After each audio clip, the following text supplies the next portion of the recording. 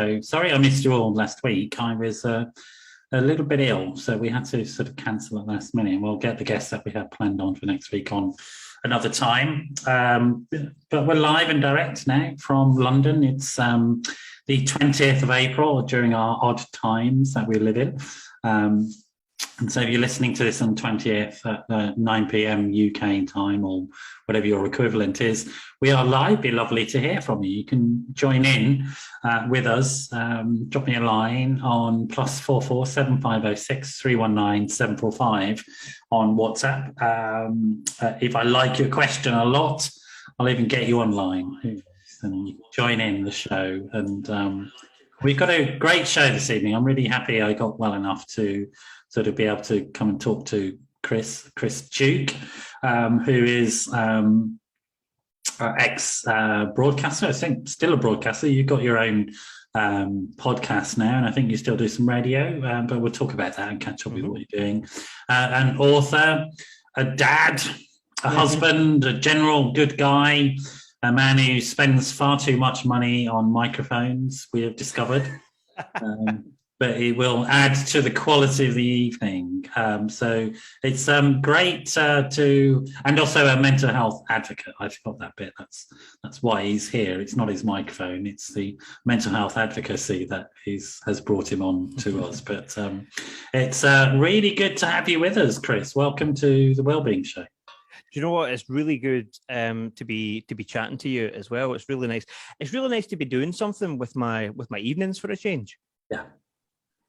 Yeah, absolutely. How many kids have you got now? I have three beautiful girls. My eldest is 11 and my youngest is 4. Right. So I am well outnumbered in this household, which is why I've got 2 male dogs. Quite right, me too. But welcome on the show. It's really good to have you. I'm guessing from your accent that you're not in Hackney like me. No, not from Hackney, anyway. No, definitely not. I'm away up the other side of the country, almost at the top. I'm in a little town called Forfar, which is just shy of Aberdeen. Yes, in Aberdeenshire. Mm-hmm. Yes, nice part of the country. I've been up there quite a lot, actually. I used to live in Edinburgh. I spent 10 years in Edinburgh, actually, sort of in the early days of my career, and did a lot of travelling around Scotland. If people haven't been, you're really missing out on the treat. Scotland's a stunner. It really is. And now it's a good time to go. The midges are not there at the moment. They come out a little bit later in the year, don't they? So midges turn up. It's horrible. Yeah, that's when we all go on holiday, is when the midges come up. Absolutely, on mid-season, get out. But Scotland is a gorgeous place. And how's it been the last few years for you in terms of the pandemic and all that sort of stuff? Well, what way to start? I mean, for everybody, the past few years has been rough for everybody. I mean, and it took me a long time to realise that. So, right. Interesting answer. Nobody's actually said that, but I get it. You explain what you mean, but I think I get it. I took it personally. I thought, why is this happening to me? Because I ended up having to close my business, and and we ended up we lost a lot of money, and and these were important things at the time before the pandemic, and all of a sudden it all went away, and I thought, why is the world doing this to me? Yes, quite. But everybody had their own journey and their own struggles at that time, and it took me a long time to accept that and accept moving on to whatever was going to be next. Yeah, it was quite a shocker, but obviously you have done. Your background, and I don't know if this is the background during the beginning of the pandemic, but your background was as a DJ and as a broadcaster, I believe. Is that correct? Yeah, so that was about 5 or 6. About 5 or 6 years ago. I was the breakfast radio presenter for a station called Wave 102 in Dundee. It was one of my dream jobs. So when I was a little boy, I was the little boy who had 2 tape players and I press record on one, and I would do all the talking. I press play on this one, I'd push them together, and I'd make radio shows for my parents. Right. So getting to be a breakfast radio presenter was just a dream come true. And I seem to remember when we were chatting about it on the phone, you not only got your dream job, but you were actually very good at it as well. I think you turned the radio station around quite a bit, didn't you? Or certainly that segment of it.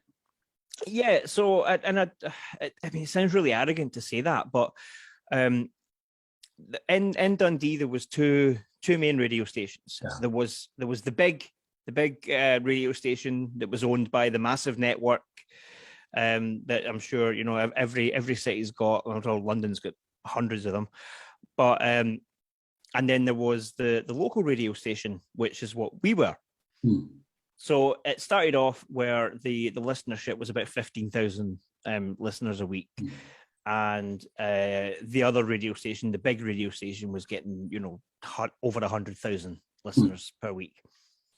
But as my show progressed, my listenership doubled, and then it just kept getting bigger and bigger, and the other radio stations' listenership started to dwindle, and it got them to kind of sit up and go, oh, hold on a minute, this local radio station's is playing the game now.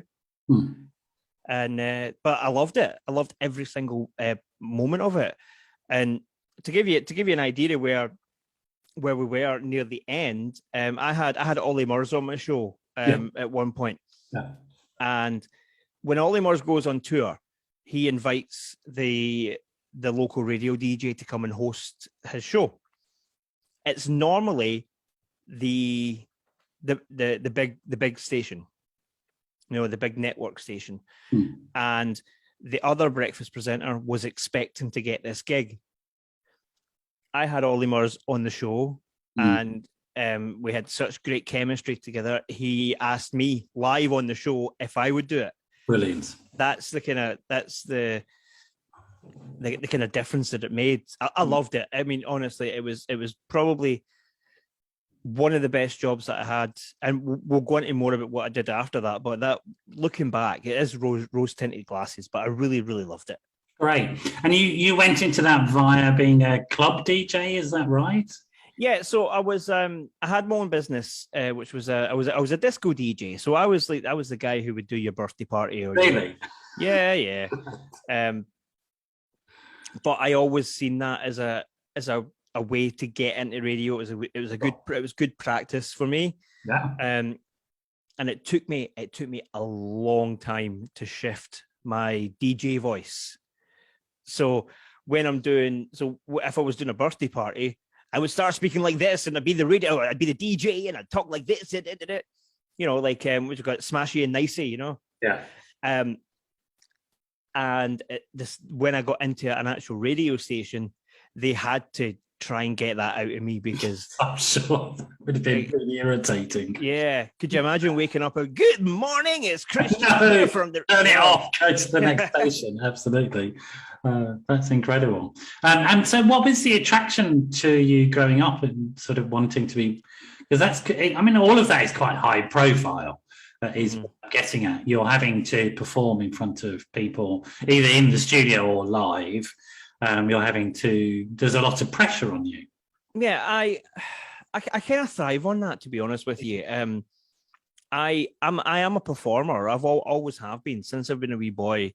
If I was standing in front of my parents and doing a little show for them when I was 5 years old, to hosting that Ollie Murs concert in front of 10,000 people, I always thrived on it. I loved the energy. I was never nervous to perform. I was always excited to do it. Yeah. When I was in, for example, the hoodie that I'm wearing, this is from a musical that I was in, The Producers. Yeah. Where I was the lead. Based on the film? Yes. Yeah. Which is, it's one of the best films around. It's a hilarious story. Oh, it's Mel Brooks, anything Mel Brooks puts his hands in, it's genius. So I was leading this one, and when I was off stage, I was just counting down the seconds till I was back on. Really? Yeah, because I just love being. I love performing. I love being in front of people, and I'm a bit of a people pleaser, I guess. Yeah. And I like to know that what I'm putting out there, people are enjoying. It's interesting. I mean, it's interesting to me because I also know a bit of the backstory. When did you first become a dad? Because that's when you, I guess, sort of had your first diagnosis, as it were, of mental health struggles or psychological distress. I know you had them before that, but at what point were you the dad in all of this? At what point had you? So 11 years ago, that my eldest was born, and everybody tells you that when you first hold your child, you get this huge rush of love that you can't imagine your life without them, all this stuff. And I mean, don't get me wrong, I love my children. I loved my children when they were born as well, but I didn't get that instant rush that everybody was talking about. And I kind of brushed it under the carpet for a little while until the midwife or the health visitor came to the house and was talking to my wife and was giving her the post-natal checkup and asking her all the questions about postnatal depression. And every time my wife was answering no to one of the questions that the health visitor was asking, I was on the other side of the room answering yes. In your head, obviously. And internally. And it made me think that okay, maybe something's not right here. Yeah. And had that happened during the pregnancy, before the pregnancy, after the pregnancy, or after the birth, as it were? Yeah, it was after she was born that all happened. Here's where it gets a bit unbelievable, I guess, is that everything kind of happened really, really quickly. So my wife was 7 months pregnant, and I'd said, do you know what? It'd be nice if we all had the same. So we've been together for years, and we were going to get married. And I said it'd be nice if we all had the same surname, when the baby's born. And that was my subtle way of proposing. And sort of, I had to get married, or do you want the same surname as me? Very sort of down to a Scottish way of doing it. In fairness, for our tax returns, if we get married. Well, in fairness, I had proposed before, and I had did the big proposal before, but this was just kind of pushing it along a wee bit. So we'd agreed to get married a month later, and it was just a really small ceremony. It was in the registry office. There was about 14 people there. It was a beautiful day, and that night, my wife went into labour. Really? On my wedding night. Night of the wedding. So this is my honeymoon in the delivery suite. Yeah. So I went from technically I went from being a single man with no kids to being married with a child in the space of 24 hours. and I think a lot of that ended up being a lot of pressure coming on as well. Of course. And growing up, my dad was always, and I'm sure you know this, and I'm sure you've heard this a million times before, being the dad of the family, you have to be the provider, you have to be the man, you have to be strong, all this stuff. At that point, I was working in a sales role in an electrical shop, not doing very well. I was very overweight. I wasn't the strong, manly man that you were supposed to be. My dad was the opposite of that. My dad, was a provider. He was strong. He was and is, one of the best dads that you could have. And I put that pressure on myself that I wasn't the provider that I thought I should have been. And I believe, and I obviously talking to my doctor and everything after that, that was one of the main catalysts behind the diagnosis of postnatal depression. Right. And I mean, it's interesting because I think there's we're going to come on to male sort of images. I mean, I really identify with a lot of what you're saying about the anxiety of suddenly. There's a really odd thing that happens, I think. Well, it's certainly for me when my boy came into my life, and it was almost like overnight. I went into a state of high anxiety, having expectations of myself that I'd never had before.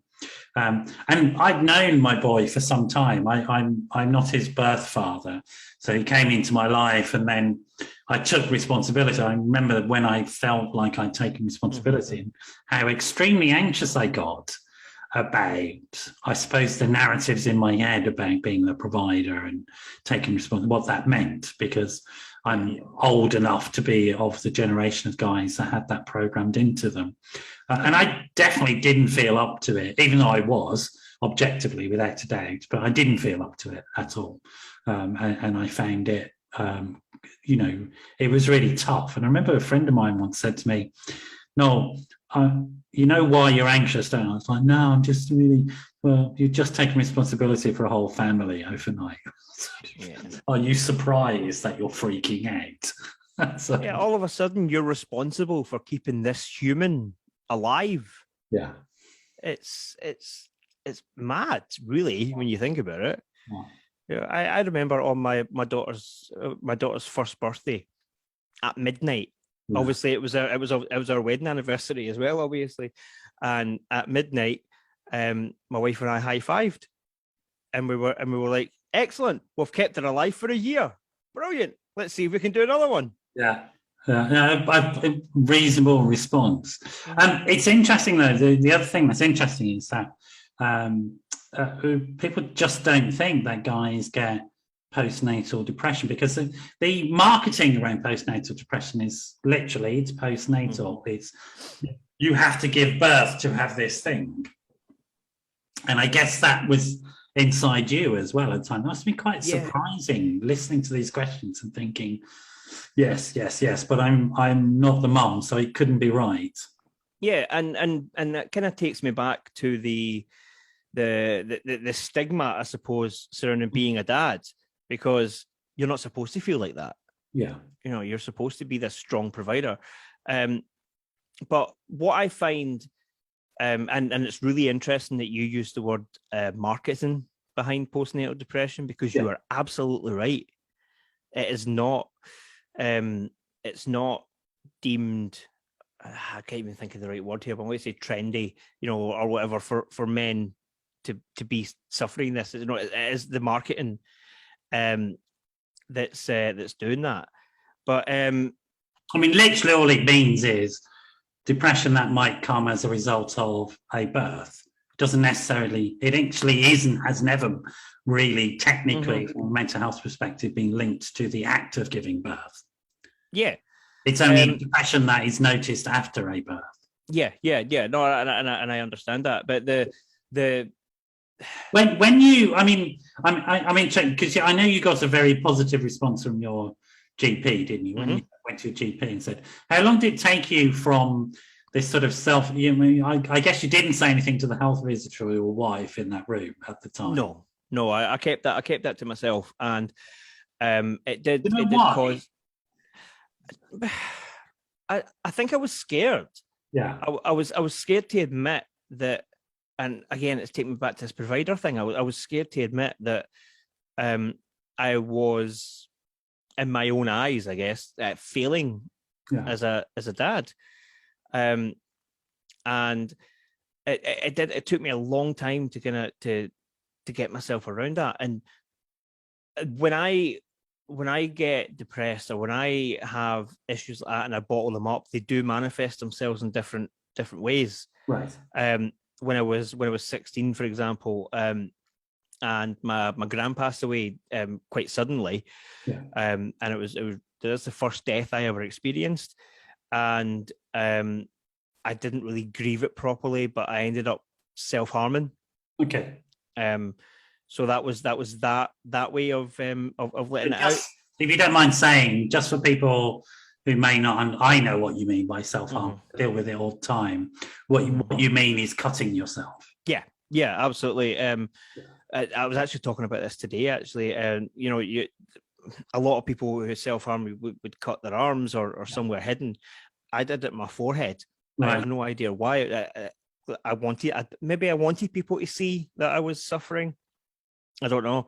There's typically, there are hidden places, and then there are places that can be seen. That generally is how deliberate self-harm manifests.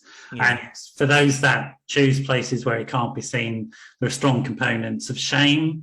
And for those that don't choose, that show visible places, there's strong components of I need some help. Yeah. So that's required. As I got older, I outgrew that, and so it would manifest itself in different ways. Whether it be... I'm talking about how it functioned for you, because again, I don't think people. I know people don't understand deliberate self-harm and how it functions. I do, because I've worked with it a lot. Do you mind saying sort of what it did for you, what it gave to you? Because there are specific things that it helps people with, and it does for people. Yeah, and I do think it's a dangerous word to use to use the word help, because I don't think it is a help. But at the time and when you're doing it, technically, I call it a maladaptive coping strategy. Yeah. So when I did it, and I don't know how much detail I should go into here, but let's be aware of triggers for people who are listening. So trigger warning: if you are deliberately self-harming these days, you may not want to listen. You may want to listen; it's okay. But if you do feel triggered, do talk to somebody about it, and we'll put up links towards helpful organisations at the end of the show. So that's the trigger warning. You don't need to go into massive amounts of detail. It's more about how did it function emotionally for you? Why were you doing it? It was a release, right?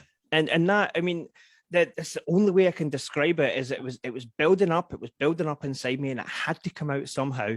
So when I did, cut my forehead and the blood, and it was bleeding, that blood to me was the release. That was those emotions coming out. And this is the mid-90s we're talking about. It was a time when men or boys weren't encouraged to talk about our feelings. I get that, but I would also say there's still a lot of deliberate self-harm that happens for young people, and any of them that are listening to this should understand that it's something that we do understand very well.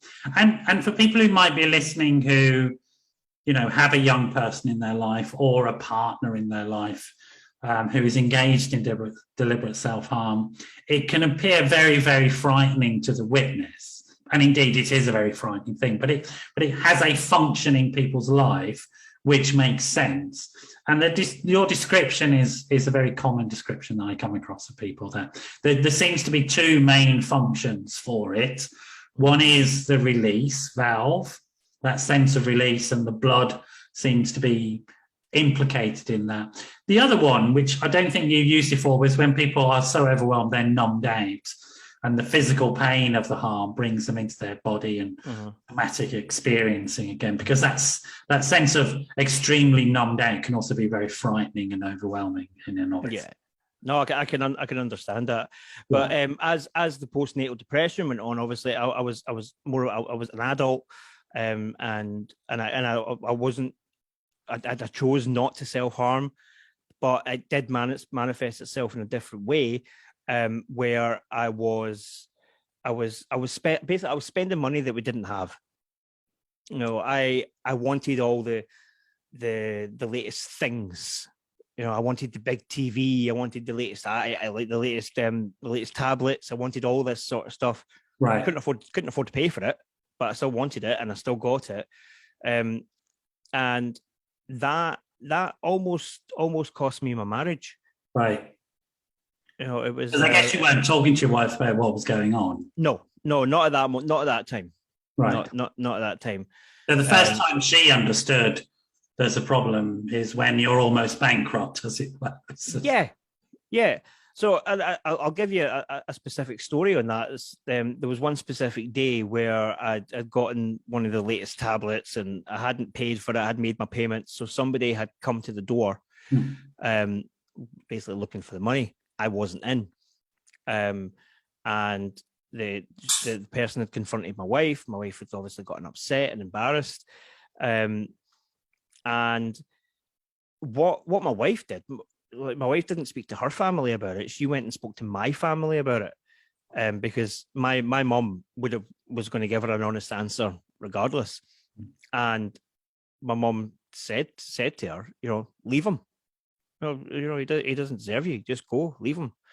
And it was later that day that I was having a conversation with my dad, and this kind of takes me back to, because I always look up to my dad, and he said to me, he said, if I lose those girls because of you, I'll never forgive you.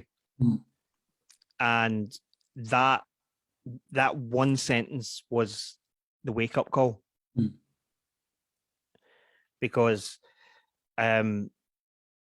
because I've always looked up to my dad. My dad never ever spoke about his emotions. So when he said something like that, like, I will never forgive you, that was huge coming from him.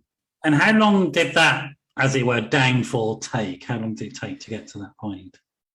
I think we were about 4 years in by that point, because my second child was here by then. And yeah, so it was about 4 years, and that's 4 years of keeping that. And that's without treatment or help for the reason why you were acting out in this way. Yeah. So, that's quite sort of serious. Obviously the consequences are quite serious in terms of, and again, for people that don't understand, just check that might be, for people that don't understand, this sort of self-medication through purchasing is a well-known thing. It could be alcohol, it could be drugs, it could be online shopping, as it was in your case. Indeed, it could also be people becoming hypersexual and acting out with prostitutes, etc. But again, it's a very common story for me.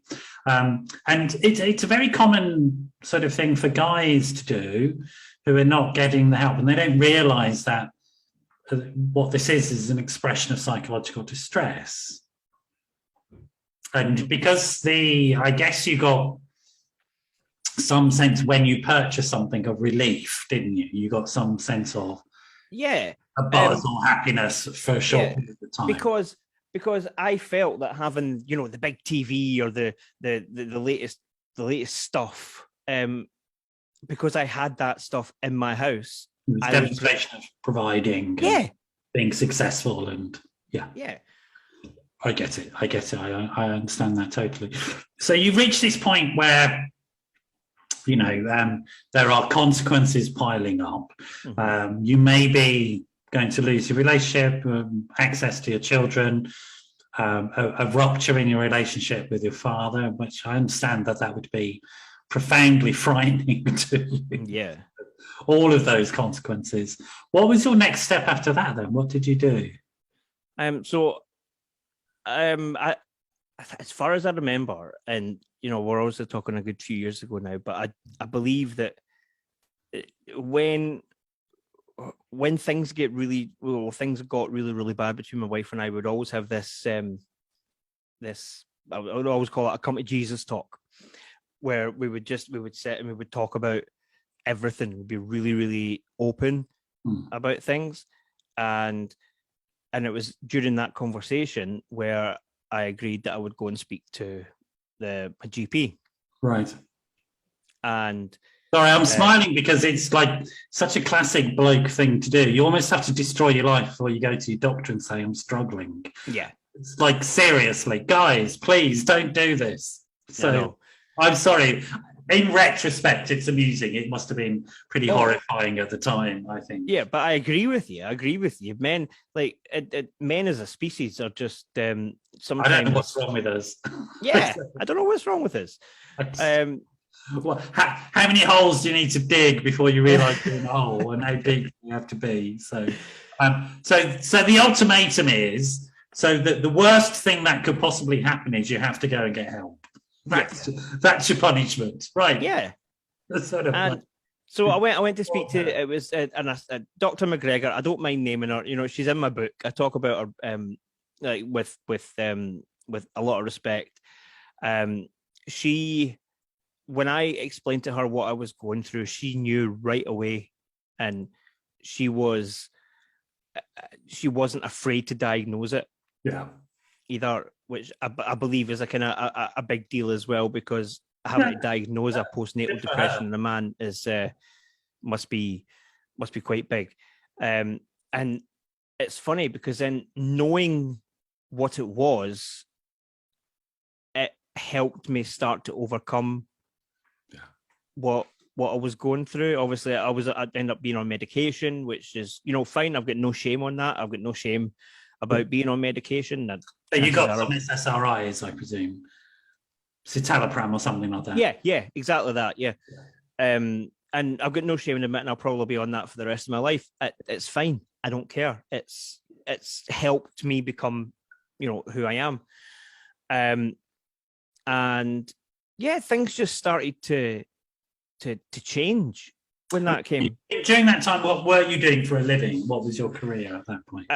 So at that point, I was still working in sales. I was working as a salesperson in a major electrical store. Not the one you were getting all these goodies from, I hope. No, not at all. No. So yeah, and the thing is, my manager at that place didn't understand or didn't accept depression as a reason to be off. You know, all this. So it wasn't long before I left that job. More for my own well-being than anything else. And you get the diagnosis from your doctor, you get the medication. Mm-hmm. You then go back to the job and say, look, I've got this depression thing, and then you get a knockback from this guy who he's just like depressed himself. Yeah, I'm not buying it. That's basically what he says. I'm not buying it. That's not what, you know. Mm-hmm. And he was angry every time I handed in my 2-week sick line, you know, to say that. And I didn't need that kind of negativity in my life. So when I ended up leaving that job, and again, I was unemployed for a good while after that, but it was okay because we were looking after ourselves for a change. Yeah. You know, and that's when I started to pursue the radio dream. And because I figured, okay, I'm not working now. What can I do with myself? Where can I earn a wee bit extra money? And I got myself into some community radio, and volunteered there. And this is where things started to turn, because I started to realize that I can make things happen for me. You know, I can do things and I can make things happen. To give you a prime example, when I worked in this radio station, volunteered at this radio station, I asked for a slot where I could talk about professional wrestling, because I'm a big wrestling fan. I'll never deny that. And are we talking American WWF, or are we talking Saturday morning, what I grew up on Saturday morning, Giant Haystacks and Big Daddy? I do love the history of the Giant Haystacks and Big Daddy stuff. I love kind of looking back at that, but it is essentially the American stuff, the Undertakers, the Hulk Hogans, all those sort of people. So I interviewed this one guy his name was Eric Bischoff, and the interview went really, really well. And he tweeted out, you know, after the interview, and he said, "I've never had such a professional interview. It was great. It was great chatting to you." And I thought to myself, I could do something with this. And I knew that Eric was close friends with Hulk Hogan. So I opened up my email and I says, okay, so you've had a good time here. You've had a great chat with me. Do you think Hulk Hogan would be interested in chatting to me? And he said, leave it with me. And that's the last I thought about it. 2 days later, I got an email from him and he says, yep, Terry's interested. Here's his number. Wow. And I got Hulk, and I've still got it. I've still got it to this day in my phone. I've got Hulk Hogan's phone number. Absolutely amazing. And for people that don't know, I mean, I know who Hulk Hogan is. He was Absolutely. I mean, if people think about the Dwayne Johnson, The Rock now, Hulk Hogan was at that level. Yeah. I mean, he really was. We're there today during his time, and then Dwayne took that, The Rock took that mantle on. But really extraordinary performer as well. I mean, yeah, one of the best. Well, I'd say best, not best, but one of the biggest wrestling names. Yeah. That there ever was. So we had that interview, and it was great. And then I'm starting to realize that, hold on a minute, I can make good things happen if I really try. And that's when I started really pushing for the radio career. When with Wave 102, I literally phoned them every single day for a year before I even got through the door for an interview. It's that Chris bloke again. Oh, Jesus Christ, who's going to talk to him today? It's him with that voice, that stupid DJ voice. But eventually they got me up and we had a wee chat, and I got to cover for somebody who went away on holiday for 2 weeks. Had a great time. Got paid to be on the radio, which is, it was huge for me. Yeah. And eventually got offered the drive time slot in that place, and it was all up from there. It was brilliant. Well, it already was up, wasn't it? I mean, it's an extraordinary story because there's such a clear demarcation between when you were in the vicious circle of inappropriate coping strategies, maladaptive coping strategies that were making the situation worse, which is what maladaptive coping strategies do eventually, to having the diagnosis, getting the help, and then moving into what we call a virtuous circle. Things start to improve, and they start to improve exponentially. And then over a period of time, you begin to realize your own internal resources, and that gets reinforced with success in the chosen field. You become more authentic. You start pursuing your dreams. You start having dreams again, and you start putting them into action. And then you get positive reinforcement from that. So, I mean, it's a classic story, and one that needs to be heard and needs to be rammed down blokes' throats as much as possible, because these are the transformations that happen. Yeah. The one message that I always try and tell people, and is the fact that because I sent you a copy of my book, but that wasn't the original title. Big Boys Do Cry. That wasn't the original title. The original title was Me Versus Me: How to Win the Fight Against Your Own Worst Enemy. Yeah. And that's what it was. I was the only person standing in my way of the relative success that I ended up having. Yeah. It was me that was stopping me. There's nobody else. You know? Yeah, absolutely. I get it. There was another book you wrote as well, wasn't there? Or is this the one? Yeah, no, the main one that kind of sparked everything after that. So to kind of take you on the journey a wee bit, I had 3 years at the radio station. Great time. Unfortunately, the radio station was sold, and the presenters didn't come with the station. So for me, at that point, the dream was over, you know. And I'm sure you get this, and I'm sure plenty of other people get this, where you get this imposter syndrome when you're doing really well, and you think, I don't really deserve to. Somebody's going to find me out. Somebody's going to find me out, and I'm it's going to be over. That's I'm convinced that's going to happen about me, you know. Yeah. So the day that I lost the job, I was like, well, that's it. It's over. I've been found out. I need to go and do, go back to sales with that horrible man. Yeah. And so what I ended up doing, because I did work in catering for a long time as well, I went back to my catering roots, and ended up working as a food and beverage supervisor for one of the local, don't know what you would call it, resorts up here. And it was at that point. Not one in McDonald, I hope. No. I've been specifically told I'm not allowed to say anything about that. So you just don't put words in my mouth. We're allowed. He's no longer in power, and he's never going to get back in power, I hope. So so I did that job for a while, and it was in that job that I wrote Lucy's Blue Day. Yes, that's the book I was thinking. Yeah, which is a children's book. So, and that came about through me recognizing some really familiar traits in my daughter.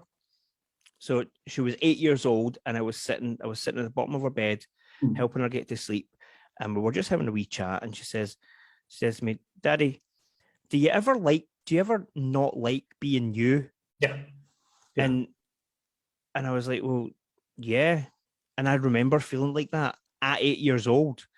I remember those feelings, and for me, obviously, because I didn't address those feelings and I didn't speak about them, that caused me a lot of problems later on in my life, and I didn't want my children to have these issues. Yeah. So that night, I got my phone out and I opened up the notes app, and I started writing this poem about the little girl whose hair changes color when she feels different emotions. Great. And that's fantastic. And I sat on it. I sat on it for about 6 months. I didn't do anything with it.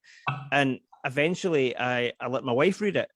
And she says, "Chris, this is great. You should turn this into a book."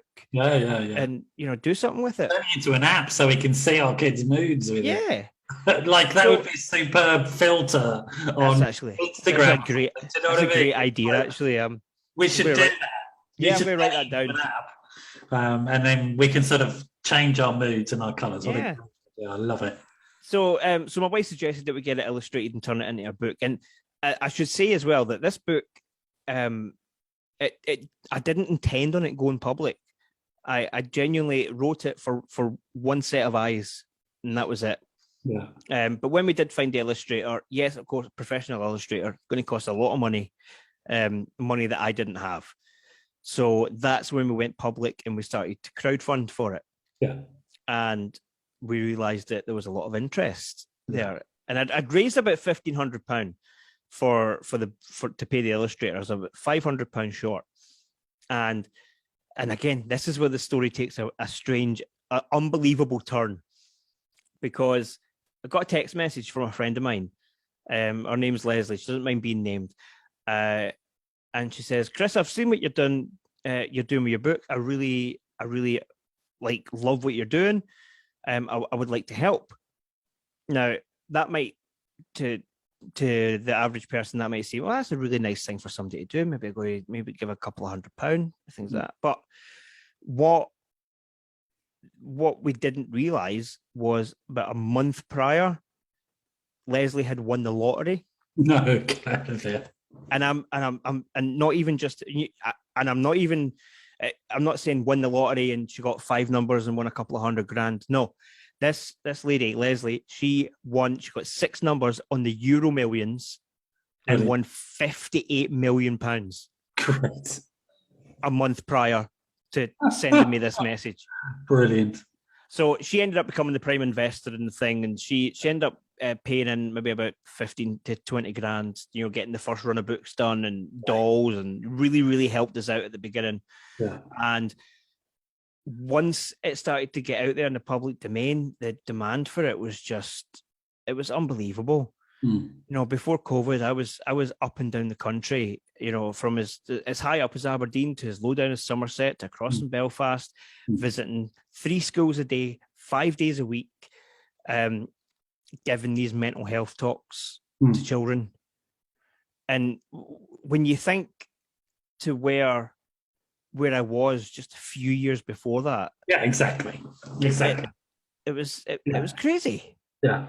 But it's also, one thing that really strikes me is this, the sort of that we often talk about, and I think we quite rightly, the benefits of mental health support for the people who have psychological distress like yourself or like myself, but we don't often talk about what you did, which is the preventative work with your own child. But actually, another father who's not come to terms with his own distress may have brushed aside his little girl's question. May have said, "Oh, don't be silly, you're all fine, don't worry, darling, da, da, da, da, da." But you didn't, you recognised it for what it was, and you weren't afraid of it. And you were able to say, yeah, I get it. I've been through that and I understand it. And you were able to help her understand her feelings and role model a way as an adult dealing with these complicated issues, and then turning on its head creatively, which seems to be something that you do. There's something about you transform into sort of creativity. Can people still get hold of the book? Yeah. All my books are on Amazon. They're just, you just need to stick on the search engine, Lucy's Blue Day. James will do that, and James will post out a link. So say the title of it again. Yeah, so Lucy's Blue Day, or Archie Unplugs the Internet, or Big Boys Do Cry. That's the three books that I've got out there. Okay, so James will put out links to them to make it easy for people too. So you write this book, you get this angel investor, and again, there's these sort of virtuous circles of growth and development going on. What was the sort of next step for you, Chris? So I had hoped that I was going to be doing this for the rest of my life. I'd hoped that I would get to visit all these different schools and visit, like, maybe go worldwide with it, because it was growing, and it was growing at quite a dramatic pace at points. But then the pandemic hit and everything stopped. So to try and bring you to where I was thinking at that point is that, my wife and I, we struggled financially most of our lives. We were living paycheck to paycheck. It didn't help that I was buying stupid big TVs and things like that, or big microphones. But let's not talk about that. This was a number one bestseller purchase. Yeah, all right. Oh, sorry, I've pressed the button now. I apologize. So we'd struggled, like we struggled a lot throughout our life, particularly financially. And then when the book started to do really, really well, we started to earn a bit more money, and we were comfortable. And it was like, yeah, this is it. This is our after, so to speak. This is the end of our story. Yeah. And then COVID came. Everything stopped. Book sales stopped. The school visits stopped, and frankly, the income stopped as well. And that's where I said at the beginning, I started to take it really personally. It's like, why has the universe done this to me? Yeah. Why is it giving me a taste of this success and then just taking it away? Yeah. And again, my wife, savior of everything that I've ever done, and I'm saying that because she's right in front of me just now, and I'm being a sook. But she suggested that I try therapy, because the obviously, you'll know yourself, therapist's job isn't to go, okay, I've got rid of COVID, you can go back and do your school visits now. No, that's not what their job. Their job is to help you come to terms with the situation that you are in now. And that's what my therapist ended up doing. She helped me get through this personal thing where I thought the world had a personal vendetta against me and my family, to eventually accept that, it's not just me that's going through this, the entire world is going through this. Everybody has had their own. I'm laughing because I'm identifying. I mean, I also can make a pandemic personal. I have no doubt. I mean, it's possible. And I think probably 99% of the guys listening to this really get that. Yeah. A global event like a pandemic is literally that, but it can feel very personal, can't it? Yeah, and it really did. And I would get, jealous almost of people who turned the pandemic into a bit of a success. Yeah. There's people there's even podcasters out there who really... I found them intensely irritating, I have to say. Yeah, same. And I actually had to be honest, I don't think I was on my own with that. Yeah. It's like it wasn't. I mean, I'm one of those people. I've got like strong social anxiety problems. I'm sort of more introvert than most people realize. So the first stay-at-home order was like I actually did thrive because not having any social contact and somebody telling me I'm not allowed to was just fine. But as it dragged on, it wasn't fine. It was really, really tough. Yeah. Sort of psychologically, it was very distressing, to be honest. So my therapist helped me get through that and helped me accept the fact that, you know, I might not get to do it again, and I might not get to go into the schools, and I might not get to do all that stuff. So that sounds like you were grieving. Absolutely. I mean, there's one of the theories of postpartum depression is that it is a form of grieving because you don't get the beautiful, wonderful sort of attachment that everybody promises you. Like, it just doesn't happen, and you then get these grim things. So there's quite a bit of loss to process as well. So it sounds a bit like both of those things. Yeah, present. And that is exactly what it was. I remember telling my therapist that I pictured Lucy, the character in the book, as, you know, my fourth child. Yeah. That's the impact that she had on her life, that she was like the fourth child. Yeah. And then all of a sudden she was taken away from us. Yeah. And it was heartbreaking. But as I said, my therapist helped me through it and helped me realize that, you know, I might not get to do it again. I'll come to terms with that. You know, the book's always going to be there. It's always the book will be here long after I'm gone. Yeah. And it will still be helping people, and that's what's important to me. And yeah, now that we're kind of heading out the other side of the pandemic, hopefully, I'm now I've found a career path that I can really thrive in, which is charity. I work for a children's charity, right, here in Tayside. Are you allowed to say which one? Yeah, it's the Archie Foundation. Okay.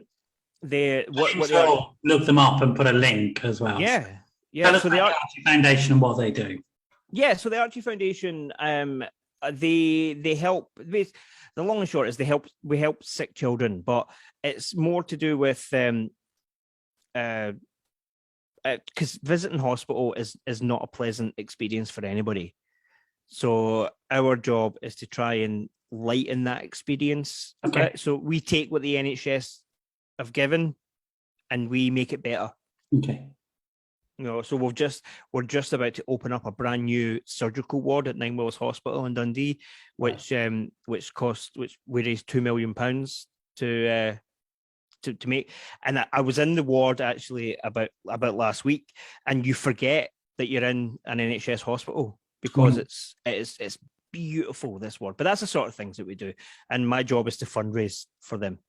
So you make those environments like child and family friendly, so that the kids coming in, the families coming in, it's not a cold clinical experience. It's welcoming and family and child oriented, which is much needed because that reduces the trauma and the impact. And so what's your role within the organisation, and what is it that you do, Chris? So I am I fundraise for them. My job is to fundraise and to bring in the income to help pay for the services that we provide, which could be anything. I can encourage people to fundraise for us. I've got people, like for example, I've got people going up all the arches. I don't know. I didn't know this, right? But a mountain over 1,000 meters or 1,000 kilometers, I can't remember, is called an archie. So we've got 140 different people. Meters, not kilometers, I promise you. Yeah. I'm a mountaineer. 1,000 kilometers is like you're heading towards the moon. Okay. Yeah. But it shows you what I know. Yeah. So we've got like 140 different people climbing all the arches in Scotland in one day. Great. You know, we'll get things like that. I've got a win your wedding competition going out where people can fundraise. So it's great fun. I get to fundraise and I get to help children, which is what I seem to have found my niche, basically. So it strikes me, Dad, who isn't a very good provider for his own children in his own head way back then, that here you are having dealt with, come to terms with your mental health issues and live with them, because they don't ever go away. They're still part of us. You're now a fantastic provider for many of other people's children as well. That's quite an extraordinary transformation. Are you aware of that, Chris? Until you just said it, I wasn't, and it's almost poetic the way you put it as well. It's extraordinary. It's sort of like you've gone from this guy who sees himself as so much of a failure, not even so much of a failure they can't even talk about it. I can't provide for my own family, to fundraising and providing for other people's families that are struggling and putting back into society. I mean, that's a wonderful fathering that you're doing, and provision of resources, and it's an extraordinary journey that you are still on, actually. But that's, I mean, what a beautiful story. Oh, you don't do this. You're going to get me all going. Don't.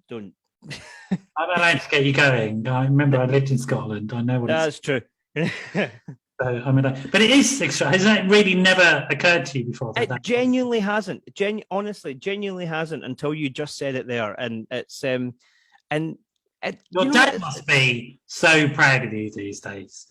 He must be looking at his son. He probably doesn't tell it to you, because Scottish dads don't, except for your generation. His generation definitely won't. But he must be blown away by what you're achieving. Yeah, I would like to think so. I would really, really like to think so. And since he became a granddad, he has been a lot more open about his feelings, and good.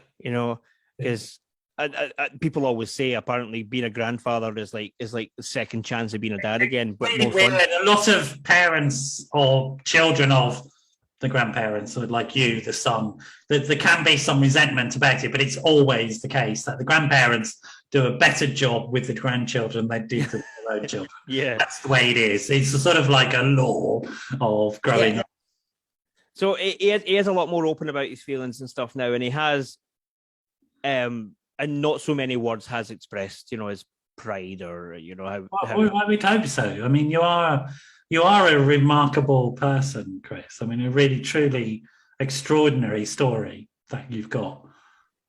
Well, I appreciate you saying that. That's yes, I didn't expect it to turn like this, but thank you. I'd really appreciate you saying that. You go from somebody digging a hole, sort of toxic consumerism, to outfitting surgical wards. I mean, that's quite a turnaround, mate.